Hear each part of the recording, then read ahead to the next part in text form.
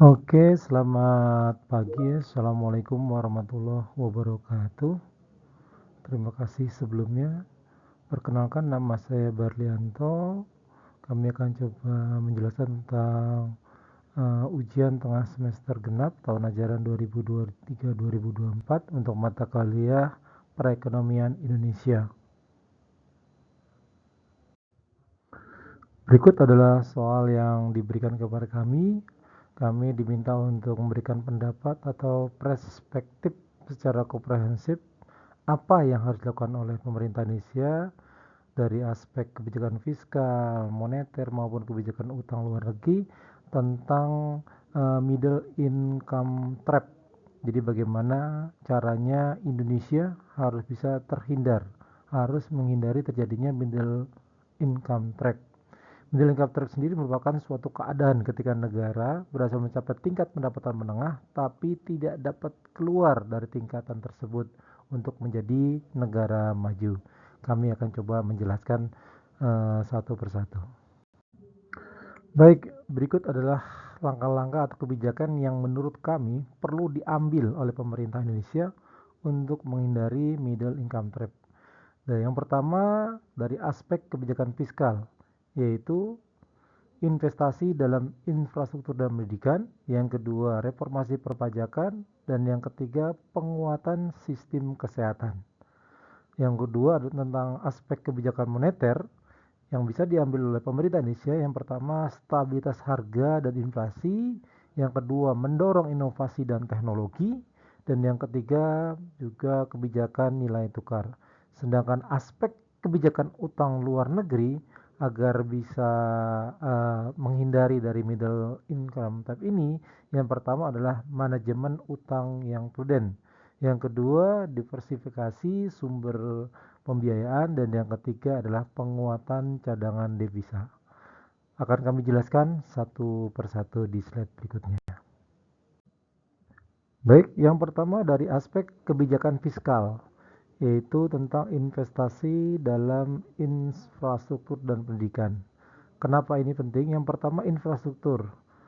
Karena peningkatan infrastruktur transportasi, energi, dan telekomunikasi ini bisa mendorong efisiensi dan produktivitas ekonomi. Dan yang kedua, dari pendidikan dan pelatihan, ini juga akan meningkatkan kualitas pendidikan dan penyediaan pelatih vokasional untuk menciptakan tenaga kerja yang kompeten dan siap bersaing di dalam pasar global. Dan yang berikutnya yang hubungan dengan kebijakan fiskal yang kedua adalah tentang reformasi perpajakan. Ini juga sangat penting. Yang pertama, ekspansi basis pajak. Meningkatkan basis pajak dengan memperbaiki sistem administrasi perpajakan dan memerangi penghindaran pajak. Dan yang kedua, hubungan dengan pajak yaitu adanya insentif pajak. Ini memberikan insentif pajak bagi sektor-sektor yang berpotensi tinggi seperti teknologi informasi, manufaktur berteknologi tinggi, dan juga industri kreatif. Yang ketiga dari aspek kebijakan fiskal yaitu tentang penguatan sistem kesehatan. Jadi penguatan sistem kesehatan melalui kebijakan fiskal mencakup beberapa langkah yang bertujuan untuk meningkatkan akses, kualitas, dan juga efisiensi layanan kesehatan. Yang pertama yaitu peningkatan anggaran kesehatan. Anggaran ini sangat penting. Adanya alokasi anggaran, adanya pembiayaan berkelanjutan.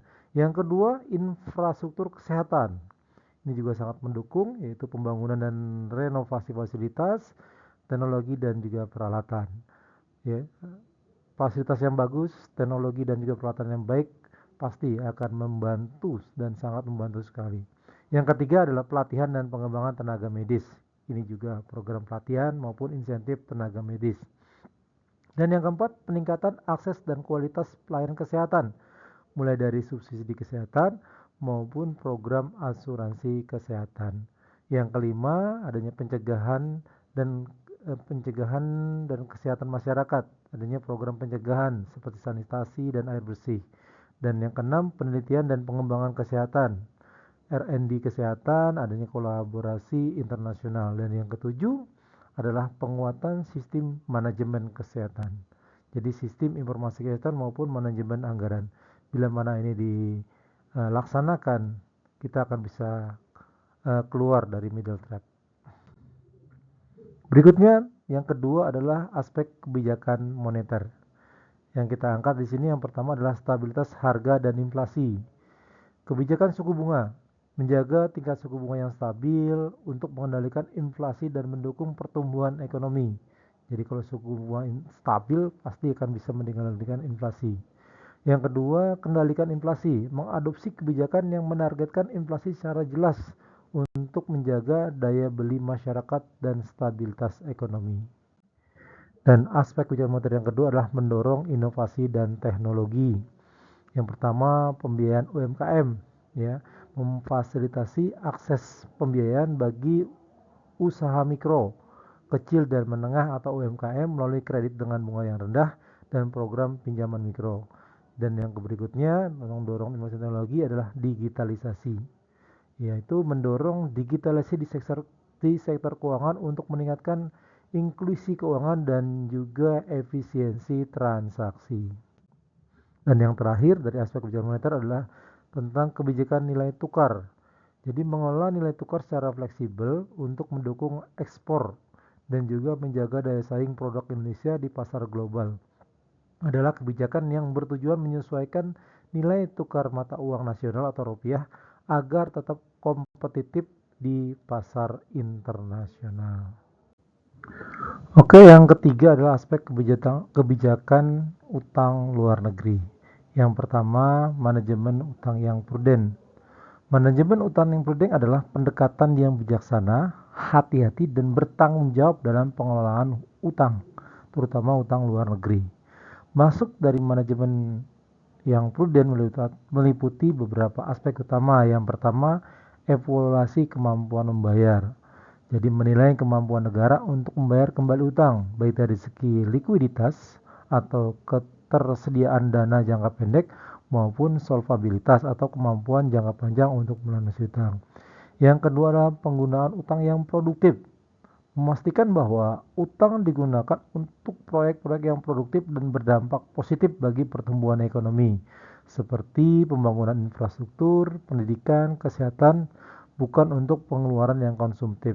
Dan yang ketiga, tentang manajemen utang yang prudent adalah pembatasan dan pengendalian utang. Penetapan batasan atau plafon utang untuk memastikan bahwa jumlah utang tidak melebihi kapasitas negara untuk membayar kembali. Ini termasuk pengendalian defisit anggaran agar tidak terlalu bergantung pada pinjam ataupun hutang. Dan yang keempat, dari manajemen utang yang prudent mengenai aspek kebijakan utang luar negeri adalah diversifikasi sumber pendanaan, mengurangi ketergantungan pada satu jenis sumber pendanaan atau kreditur tertentu dengan mencari berbagai sumber pembiayaan seperti obligasi internasional, pinjaman multilateral, dan juga pendanaan bilateral. Yang kelima, transformasi dan juga akuntabilitas. Meningkatkan transparansi dalam pengelolaan utang dengan menyediakan informasi yang jelas dan lengkap mengenai jumlah utang, penggunaan dana, serta rencana pembayaran kembali, memastikan akuntabilitas untuk mencegah korupsi dan juga penyalahgunaan dana. Dan yang keenam, pengelolaan risiko. Ini mengidentifikasi dan mengelola risiko yang terkait dengan utang, termasuk risiko nilai tukar, risiko suku bunga, dan juga risiko likuiditas. Ini dapat dilakukan melalui penggunaan instrumen keuangan seperti lindung nilai atau hedging. Dan yang ketujuh adalah membangun cadangan devisa, yaitu memperkuat cadangan devisa negara untuk memastikan kemampuan membayar kembali utang luar negeri dan melindungi ekonomi dari guncangan eksternal.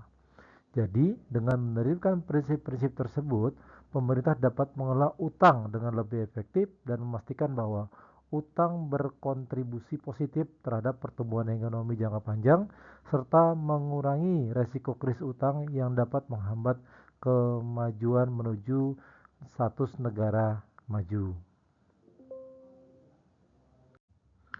Yang kedua dari aspek kebijakan utang luar negeri adalah diversifikasi sumber pembiayaan. Diversifikasi sumber pembiayaan adalah strategi yang digunakan untuk mengurangi resiko dan meningkatkan stabilitas keuangan dengan mengakses berbagai jenis sumber pendanaan. Dan maksud dari diversifikasi sumber pembiayaan meliputi beberapa aspek penting, yaitu yang pertama mengurangi ketergantungan. Jadi dengan mengakses berbagai sumber pembiayaan, negara tidak bergantung pada satu jenis pendanaan atau satu kreditur saja. Yang kedua, mengelola resiko. Diversifikasi membantu mengelola risiko terkait dengan suku bunga, nilai tukar, dan kondisi pasar keuangan. Dan yang ketiga, meningkatkan stabilitas keuangan. Akses ke berbagai sumber pendanaan memberikan buffer tambahan jika terjadi gangguan pada satu sumber. Dan yang keempat adalah memperkuat posisi negosiasi. Dengan memiliki banyak entitas memiliki banyak pilihan, entitas memiliki posisi tawar yang lebih kuat saat bernegosiasi dengan kreditur atau investor karena tidak terbatas pada satu atau beberapa sumber pendanaan saja. Dengan menerapkan diversifikasi sumber pembiayaan, negara dapat mengoptimalkan struktur pendanaannya, menjaga kesehatan keuangannya, dan juga mendukung pertumbuhan yang berkelanjutan secara stabil. Dan yang terakhir dari aspek kebijakan utang luar negeri adalah penguatan cadangan devisa. Penguatan cadangan devisa adalah upaya untuk meningkatkan jumlah dan kualitas cadangan valuta asing yang dimiliki oleh suatu negara. Cadangan devisa ini terdiri dari berbagai aset dalam mata uang asing yang disimpan oleh bank sentral dan digunakan untuk mendukung kewajiban pembayaran internasional serta menjaga stabilitas ekonomi dan nilai tukar mata uang.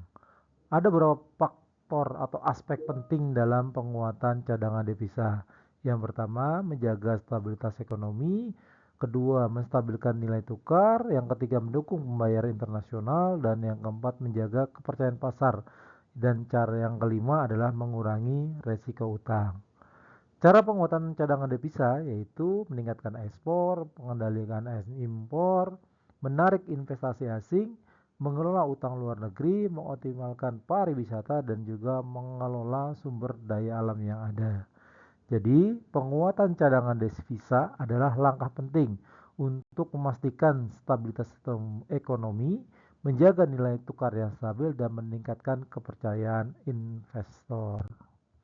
Sehingga kesimpulannya adalah dengan mengimplementasikan kebijakan fiskal yang mendukung pembangunan infrastruktur dan pendidikan, kebijakan moneter yang menjaga stabilitas harga dan juga mendorong inovasi, serta kebijakan utang luar negeri yang mengedepankan manajemen utang yang bijak dan transformasi, Indonesia dapat meningkatkan daya saingnya dan bergerak keluar dari middle income trap menuju status negara maju. Demikian, terima kasih.